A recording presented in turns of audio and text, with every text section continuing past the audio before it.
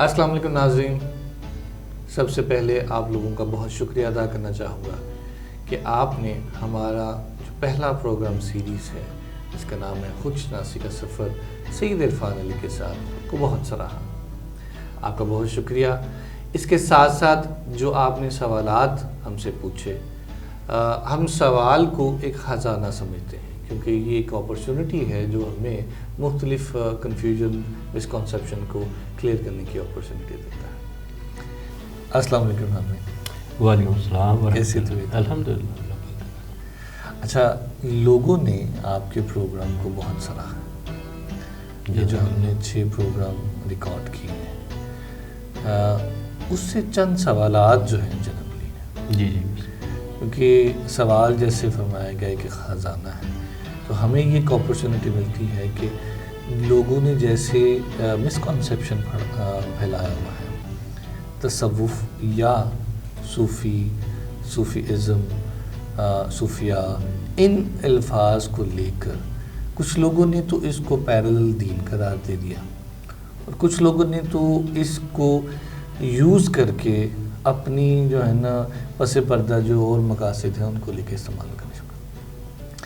آج ہمارے ساتھ کچھ تاریخی اعتبار سے قرآن پاک کی روشنی میں، سرکار صلی اللہ علیہ وآلہ وسلم کی احادیث کی روشنی میں اور خلفائے راشدین کی زندگی کے نمونے کو سامنے رکھتے ہوئے تصوف کی حقیقت بیان فرمائیے، صوفی کیوں اور کب اس کا آغاز ہوا ایز اے لفظ، اور پریکٹیکلی یہ کہاں اس کا آغاز ہوا۔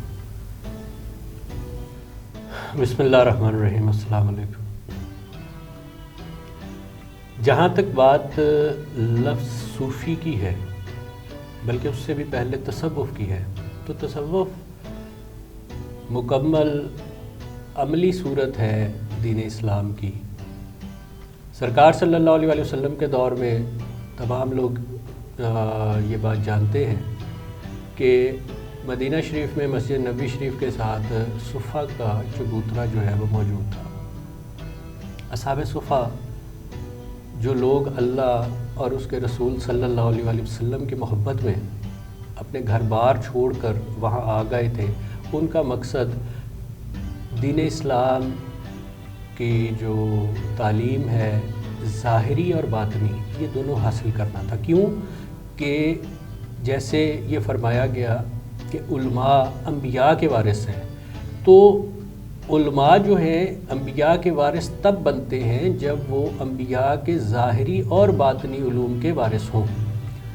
تو اصحاب صفہ بھی سرکار صلی اللہ علیہ وسلم کی زیر نگرانی وہ تمام مجاہدات سے بھی گزر رہے تھے اور وہ تمام علوم حاصل بھی کر رہے تھے۔ جیسے قرآن پاک میں اللہ تعالیٰ نے فرمایا کہ اے محبوب صلی اللہ علیہ وسلم، اپنی جان کو ان جانوں کے ساتھ مانوس کر لو جن کا کام صبح و شام اللہ کا ذکر کرنا ہے۔ اور جب سرکار صلی اللہ علیہ وسلم نے اصحاب صفہ کے حالات اور ان کے معاملات کا مشاہدہ فرمایا تو آپ نے خود ان کے لیے جو جن الفاظ میں ان کو خوشخبری دی وہ یہ تھے کہ اے اصحاب صفہ، تمہیں مبارک ہو، تمہیں خوشخبری ہے کہ میری امت میں سے آنے والے بعد کے ادوار میں جو لوگ ان صفات کے ساتھ متصف ہوں گے جن کے ساتھ تم متصف ہو، تو میں ان کو جنت میں اپنی ہم نشینی کی خوشخبری دیتا ہوں۔ یہ مفہوم ہے اس حدیث پاک کا۔ تو یہ سلسلہ جو ہے یہ عملی طور پر تو سرکار صلی اللہ علیہ وسلم کے دور سے ہی جاری تھا، لیکن اس وقت تک اس کے لیے کسی صوفی یا تصوف کا کوئی مخصوص لفظ جو ہے وہ استعمال نہ کیا گیا۔ اس کی وجہ یہ تھی کہ ہم جس وقت ہسٹری کو دیکھتے ہیں تو آپ صلی اللہ علیہ وسلم کے بعد آپ کے خلفائے راشدین، جن میں حضرت ابوبکر صدیق رضی اللہ تعالیٰ عنہ، حضرت عمر فاروق رضی اللہ تعالیٰ عنہ، حضرت عثمان غنی رضی اللہ تعالیٰ عنہ اور حضرت علی المرتضیٰ رضی اللہ تعالیٰ عنہ، آپ بھی عملاً تمام صوفیاء تھے اور صوفیاء کے امام تھے، جہاں سے باقی دیگر تمام صحابہ آپ کے بعد کے دور کے تابعین کے دور جنہیں ہم کہتے ہیں، اور اس کے بعد تبع تابعین کا دور جسے کہتے ہیں، یہ تمام لوگ جو ہیں انہوں نے آپ ہی سے تعلیمات حاصل کی. جیسے حضرت علی رضی اللہ تعالیٰ عنہ سے آپ کی اولاد میں حضرت امام حسن علیہ السلام اور حضرت امام حسین علیہ السلام، یہ آپ کی خونی اولاد میں یہ آگے اس سلسلے کو لے کے چلے. آپ کے پاس بیعت ہونے والے جو صحابہ جو تابعین میں سے جو بزرگ تھے، ان میں حضرت حسن بصری اور حضرت کمیل ابن زیاد، ان سے آگے تصوف کے سلاسل جو ہیں وہ چلے. تو تابعین کا دور جو ہے یہ سن 34 ہجری سے لے کے تقریباً 150 ہجری تک یہ جاتا ہے. یہ تقریباً 100 کچھ سال کا دور بنتا ہے، جو تصوف کا خلفائے راشدین کے بعد جو دور شروع ہو جاتا ہے. اس کے بعد تبع تابعین کا دور آ جاتا ہے جو تقریباً 200 سال پر محیط ہے، جو 150 ہجری سے کچھ 350 ہجری تک جاتا ہے. اس دور میں مختلف، اور اس کے بعد پھر صوفیہ متاخرین کا دور آ جاتا ہے، جن میں حضور دات علی حجویری اور حضرت امام غزالی اور اس طرح سے دیگر بہت سے مشائخ جو ہیں وہ پھر سامنے آ جاتے ہیں. اور یہ وہ دور ہے اسپیسیفک جہاں پہ آ کے عملی تصوف جو ہے وہ علمی تصوف کی طرف بھی آیا ہے، اس میں بھی ڈھلا. تبع تابعین کے دور کے بعد حالات اگر ہم ہسٹری کو دیکھیں تو اس وقت سیاسی ابتری اس قدر پھیل چکی تھی کہ مساجد محفوظ نہیں رہی تھیں، خون ریزیاں ہوتی تھیں، قتل و غارت ہوتی تھی. جیسے آج کے دور میں ہم دیکھتے ہیں پیچھے بم بلاسٹ ہوتے رہے ہمارے یہاں ملک میں بھی، تو وہ محفوظ نہ رہیں وہ چیزیں. اور ایک صوفی بزرگ جن کے لیے سب سے پہلے صوفی کا لفظ استعمال کیا گیا وہ حضرت ابو الہاشم رحمۃ اللہ علیہ تھے. یہ کوفہ کے رہنے والے تھے اور انہوں نے شام کے قریب رملہ کے علاقہ میں ایک پہلی خانقاہ تعمیر کی، جس کا مقصد جو تھا وہ علمی تربیت بھی تھی اور عملی تربیت بھی تھی، جس میں روحانیت شامل تھی. روحانی تربیت کے لیے پہلی خانقاہ تعمیر ہوئی. پہلی خانقاہ بھی حضرت ابو الہاشم رحمۃ اللہ علیہ نے تعمیر کی. پہلی بار لفظ صوفی کا استعمال بھی حضرت ابو الہاشم رحمۃ اللہ علیہ کے لیے استعمال کیا گیا.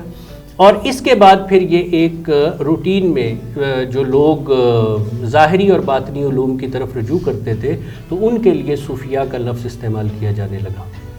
اور جہاں تک ظاہر کی بات ہے کہ ظاہری حلیہ، کوئی مخصوص حلیہ، تو مخصوص حلیہ جو ہے وہ کسی بھی دور میں کسی صوفی بزرگ نے وہ اختیار نہیں کیا. البتہ اپنے دور کے مطابق لباس پہنا، اپنے دور کے میں جو ان کا کلچر رائج تھا اس کے مطابق سب لباس جو ہے وہ استعمال کرتے رہے.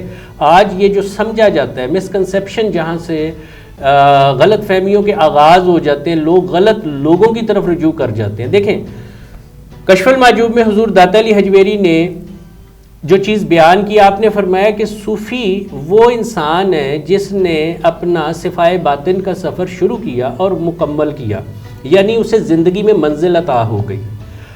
دوسرا وہ شخص ہے جس نے اس صاحب مقام صوفی کو دیکھا اور اس کی جانب سفر شروع کیا، یعنی ریاضت و مجاہدہ اختیار کیا، اور ابھی وہ منزل پہ نہیں پہنچا لیکن وہ راستے میں ہے، لیکن ٹھیک راستے پر ہے. تیسرے وہ لوگ ہیں جو آج ہمارے دور میں کثرت کے ساتھ پائے جاتے ہیں، جنہیں آپ نے مستصوف کے نام سے یاد کیا. یہ وہ لوگ ہیں جنہوں نے تصوف کا صرف نام سنا، ایک مخصوص ظاہری حلیہ اپنایا اور تصوف کے دروازے پہ بیٹھ گئے اور اس کی آڑ میں مال دنیا جمع کرنا شروع کر دیا، لوگوں سے ان کو بیوقوف بنانا شروع کر دیا. یعنی 3 درجے، پہلا صوفی، دوسرا متصوف اور تیسرا مستصوف. ان کی وضاحت حضور دات علی حجویری نے کشف المحجوب میں بڑی صراحت کے ساتھ بیان کی ہے.